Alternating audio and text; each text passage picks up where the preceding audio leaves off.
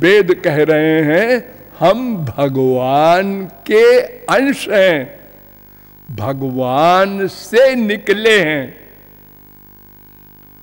और कब निकले हैं, क्यों निकले हैं, कब नहीं, क्यों नहीं, ये क्वेश्चन नहीं करना।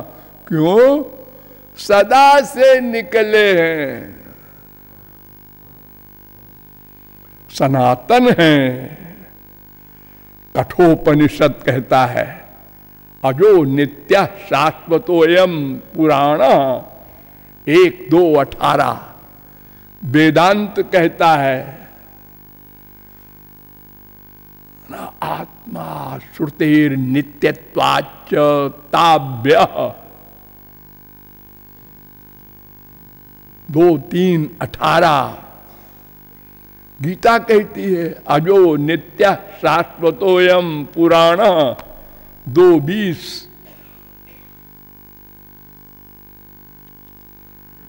भागवत कहती है न घटत उद्भव प्रकृति पुरुषयो रजयो 10:87 31।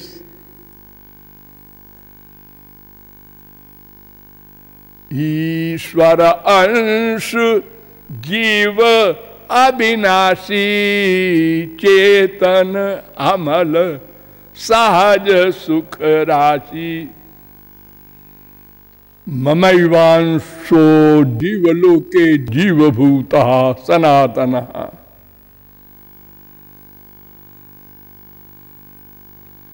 सनातन अंश है, ये अंश है। हाँ, वेद कह रहा है पादोस विश्वाभूतानि त्रिपादस्यामृतं दिवि त्रिपादूर्ध उदयित पुरुषा पादोसे हा भवत पुनः। पुरुष सूक्त का तीसरा मंत्र। यह मंत्र छांदोग्योपनिषद में भी है 3:12-6। यह मंत्र त्रिपाद विभूति नारायणोपनिषद में भी है 4:1।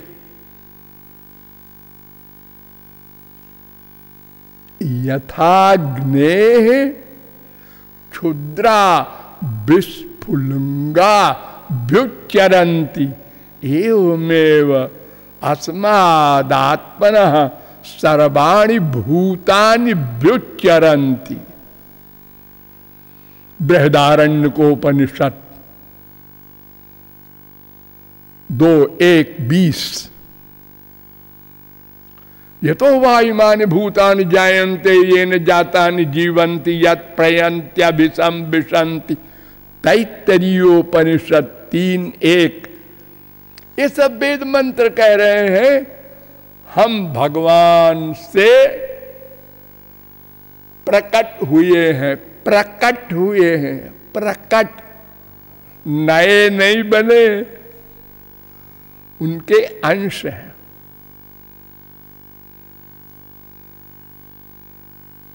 स्वकृत पुरेष्वमी स्वबहिरंतर संवरणम तव पुरुषम वदन्त्यखिल शक्ति धृतोंश कृतम अंश कृतम। ये वेद स्तुति कर रहे हैं 10:87-20 भागवत।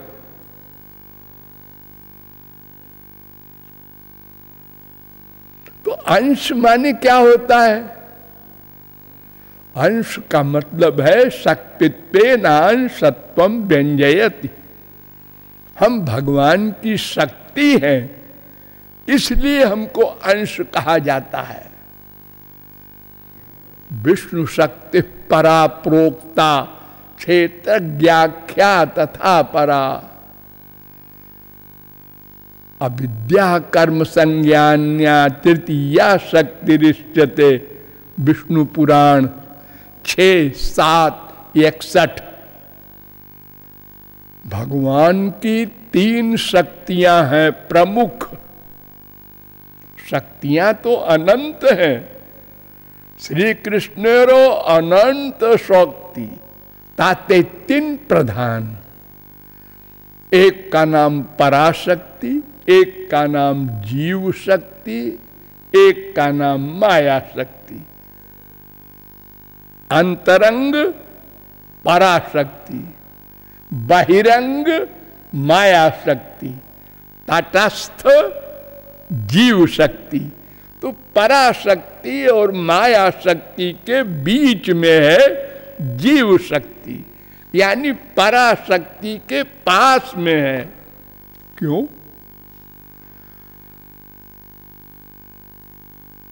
इसलिए कि वो पराशक्ति भी चेतन है और जीव शक्ति भी चेतन है।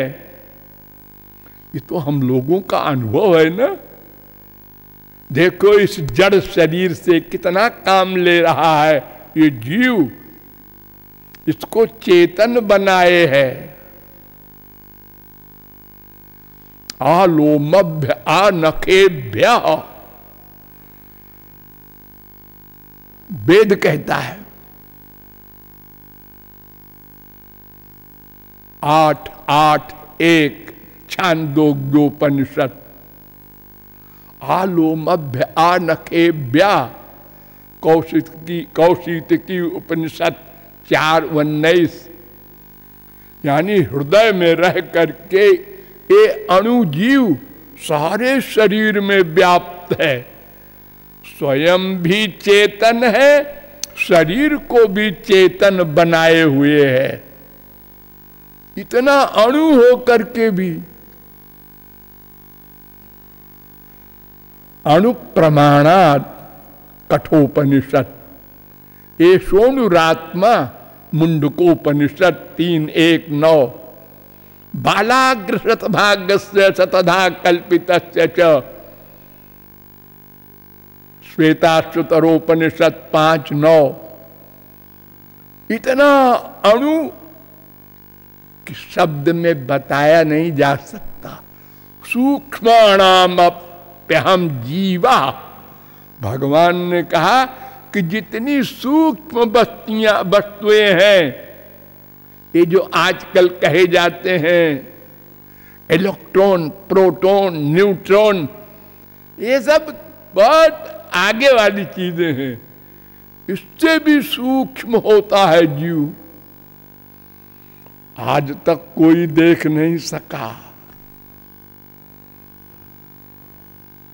और इतना बड़ा कमाल उसमें कि सारे शरीर को, ये मनुष्य का ही नहीं, हाथी का शरीर भी सब चेतन। तो चेतन पराशक्ति के नीचे ये जीव शक्ति चेतन, और उसके बाद में माया जड़ है। इसलिए जीव को तटस्थ कहते हैं। लेकिन पराशक्ति का अंश भी ये नहीं है डायरेक्ट, क्योंकि पराशक्ति का अंश होता तो माया के अंडर में न होता। पराशक्ति के पास माया फटक नहीं सकती।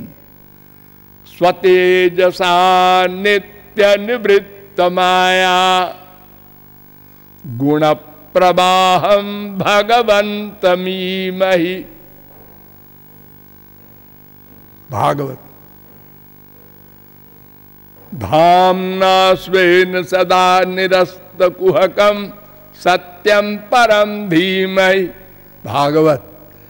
भगवान अपनी इस पराशक्ति के कारण माया को दूर रखते हैं, उनके पास नहीं आ सकती। लेकिन जीव पर हावी है, इससे जीव पराशक्ति का अंश नहीं है और माया शक्ति का भी अंश नहीं है, क्योंकि माया तो जड़ है।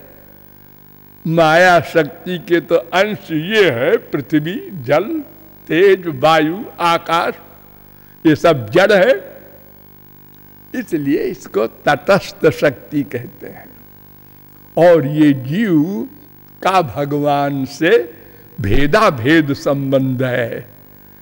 थोड़े अंशों में अभेद है, दोनों चेतन हैं, दोनों नित्य हैं, लेकिन अनंत बातों में भगवान से जीव का बहुत बड़ा भेद है। इतना बड़ा भेद है कि वेद व्यास ने अपने वेदांत ग्रंथ में लिखा है, अस्माद् वच्चा तदनुपपत्ति 2:1-23 ब्रह्मसूत्र। जैसे लक्कड़ पत्थर से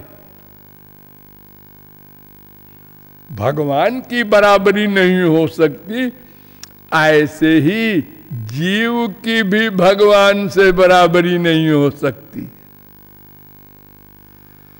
अरे ये बेचारा जीव जो चेतन है वो भी भगवान की शक्ति के कारण, देखो अग्नि की एक चिनगारी होती है, हाँ, वो चिनगारी में अग्नि का गुण कहां से आया?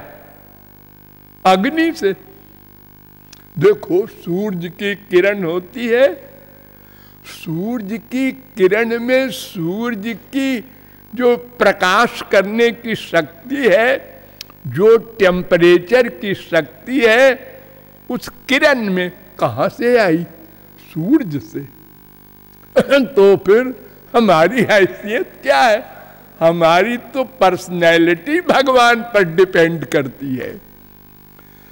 इसीलिए वेद कहता है सकारणम करणाधिपाधिपा श्वेताशतरोपनिषद 6:9 प्रधान क्षेत्रज्ञ पतिर्गुणेश श्वेताशतरोपनिषद 6:16 प्रधान पुरुषेश्वर भगवान हे जीव और माया का अध्यक्ष है, गवर्नर है। उसके बिना न जीव का जीवत्व है, न माया बिचारी जड़ वस्तु का जड़त्व है। लेकिन उसकी शक्ति पाकर देखो माया का हाल। सो माया सब जगह ही नचावा, शिव चतुरानन देखी डराही, अपर जीव के ही लेखे माही, शिव बिरंची कह मोहई को है बपुरा आन, बदंति विश्वम कवयस्मनश्वरम, पश्यन्ति चाध्यात्म विदो विपश्चिता, तथापि मुह्यन्ति तवाज मायया, सुविस्मितम कृत्यमजम नतोस्मितम। 5:18-4 भागवत। बड़े बड़े ज्ञानी जोगी तपस्वी बड़े बड़े लेक्चर झाड़ते हैं, माया मिथ्या है और ये है और वो है, लेकिन सब माया के अंडर में है। नारद भव बिरंच सनकादि, जे मुनि नायक आत्मवादी, मोहन अंध कीन कहु के ही। कौन ऐसा विश्व में है जिसने माया को जीत लिया हो बिना भगवत कृपा के? तो भगवान की शक्ति के कारण ही जीव माया का अस्तित्व है, उनका अपना अपना कार्य है। मैंने बताया है विस्तार से केनोपनिषद के द्वारा कि जीव का जो भी ये शरीर के द्वारा कार्य हो रहा है, इंद्रिय मन बुद्धि का, ये सब भगवान के द्वारा हो रहा है। तो इस प्रकार हम नाम का ये जीव अणु है, हृदय में है और पूरे शरीर को चेतना प्रदान करता है, भगवान से भेद संबंध भी है, अभेद संबंध भी है और तटस्थ शक्ति भी है। किंतु ये मायाधीन जीव माया से छुटकारा पाना चाहता है ताकि दुख निवृत्ति हो जाए और भगवान का आनंद मिल जाए। ये जो उसका लक्ष्य है, इसके लिए कोई भी स्वयं की साधना ऐसी नहीं है जिससे वो प्राप्त कर ले, क्योंकि इसके द्वारा जो कुछ साधना होगी वो माइक होगी। नोट करो, कोई भी कर्मी ज्ञानी भक्त कोई भी हो, जो कुछ भी करेगा वो इसी इंद्रिय मन बुद्धि से तो करेगा जो सबके पास है, और वो सबके पास एक ही सी है, माया से बनी हुई। ऐसा नहीं है कि सनकादिक ऋषियों की इंद्रिय मन बुद्धि गोलोक से बन के आई थी, वो भी हमारे भाई है। वल्लभाचार्य, निम्बारकाचार्य, शंकराचार्य कोई जगत गुरु के बाप हो, ये सब पहले हम लोगों की तरह थे। इनका भी शरीर मेटीरियल, मन मेटीरियल, बुद्धि मेटीरियल, माइक। तो माइक साधन से की हुई साधना माइक होगी। गो गोचर जहां लगी मन जाई, सो सब माया जानहु भाई। जहां तक माया जा सकती है वो सब माइक। फिर क्या करें, निराश हुए। वेदों ने कहा नहीं नहीं, भगवान अकारण करुण है, अकारण करुण। वो जिस पर कृपा कर देता है वो अपनी दिव्य शक्ति दे देकर उसको अपना ज्ञान करा देता है, अपनी प्राप्ति करा देता है, अपना आनंद दे देता है, माया को भगा देता है। त्रिगुण, त्रिकर्म, त्रिदोष, पंचक्लेश, पंचकोश सबका अत्यंताभाव कर देता है और अनंत जन्मों के हमारे पापों को भी बिना भोगवाए क्षमा कर देता है। देखो ये सबसे विलक्षण बात है, पर ध्यान दो।